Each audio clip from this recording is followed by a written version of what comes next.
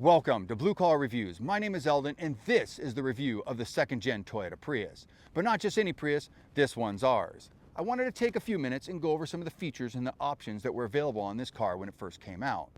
First, the second gen Prius was built from 2004 to 2009. And when this car came out, it was revolutionary for its time. Not only for all of its advancements in technologies and features, but it had some of the best fuel economy ever seen. So we're going to take a few minutes, do a full walk around, checking out the exterior and the interior. And at the end, we're going to wrap it up and see if in today's economy, if it's worth your hard-earned money.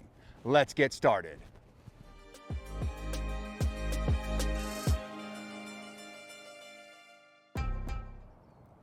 The exterior of the Prius, in most people's opinion, is not that exciting to look at. It's not sexy by any means.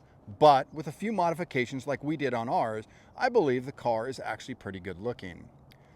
The car comes standard with 15-inch rims and tires. We have upgraded ours with 17-inch Toyota FRS rims and tires. Also, this car stock comes about 2 inches higher. We have lowered this one to give it a better stance. Also, we wrap the whole car with professional window tint. So overall, it gives it a great appearance. Remember guys, this car was built for aerodynamics and fuel economy, not to look sexy as you're going down the road. But again, with a few modifications, you can make it look quite a bit better. So let's take a look at the engine and finish our walk around. Under the hood, nothing exciting here if we're talking about horsepower. But if we're talking about technology, this had some of the most advanced technology that was ever offered for its day. Starting with the engine, it's a 1.5 liter naturally aspirated engine paired with a Synergy Drive hybrid system. Those two combined offered an estimated MPG of between 45 and 48 miles to the gallon.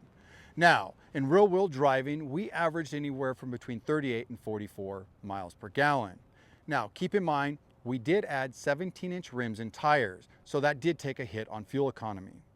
As far as reliability, this is one of the most reliable vehicles you can own. Why do I say that? Because this has over 300,000 miles on it and it's still running strong. Now, one thing I'd like to note in these vehicles, when they start to get up in mileage, they tend to burn a little bit more oil than normal. So between oil changes, just check your oil regularly. Now, let's check out the inside and check out the cargo area. See you there. One of the things I liked most about this car was the cargo area and the versatility of it. It wasn't a trunk, it was a hatchback, so it offered a lot of room to put large items in such a small vehicle. It had a 60-40 split, so you can lay both seats down and get just a ton of cargo and big items back here. Or you could put one of the seats up and have one or two passengers back here and still have a large item on either side of you. This rear cargo is some of the best in the industry for its time, and even today offers a lot of great versatility. Now, let's check out the back seat and see what kind of legroom and what kind of options were available for the rear passenger. See you there. Wait, I almost forgot. Before we talk about the rear seating and legroom on this, there's one important thing I forgot to talk about, and that's the hybrid battery that's located in the rear here. Well, if you went to the dealer and bought a brand new hybrid battery, you would still spend a lot of money on this vehicle. But today you can find these things refurbished for anywhere from $1,000 to $2,500 installed with a lifetime warranty like this one has. So I wouldn't be so concerned about the hybrid batteries anymore. Now, let's get back to talking about the rear seating on this vehicle. The rear seating passenger area is pretty roomy for a car of this size. The front driver's seat is set up for me and I'm 6 foot tall, so the seat is adjusted all the way back. In a second, we're gonna sit back here and see what kind of leg room that we have. As far as features that were offered for this vehicle, there really wasn't much, but we're gonna go over them anyways.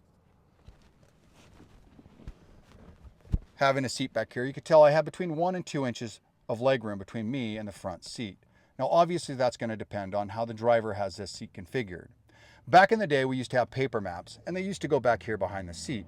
So we don't use those anymore, so you can still store papers and small objects between the driver's seat and the passenger seat. As far as features and hookups and technology back here, there really wasn't any. It offered power windows, power door locks, and the audio for the rear passenger was decent. Moving on to the center console, there was no USB-A or USB-C hookups for your electronic devices, but if you were thirsty, there was a room to put 2 drinks. The last 2 features on this car was adjustable rear headrest for the rear passengers. One last feature was a fold down center armrest for the passengers for long drives. This car was exceptionally roomy, again, for its size, and you could fit 2 full-size adults easily back here, 3 in a pinch. Now, let's take a look at the front. Last, looking at the front of the vehicle, starting in the door panel. In the door pockets, there's plenty of room to put storage and or drinks right here as far as water bottles. It's got power door locks, power windows, power mirrors.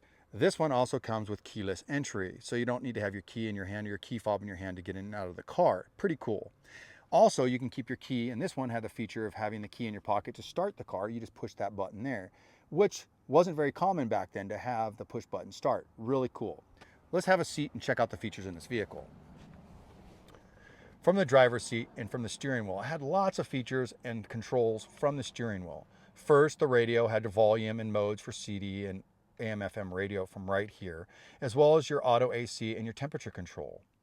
Over to the right, you have your defrost front and rear, recycle for the inside of the vehicle.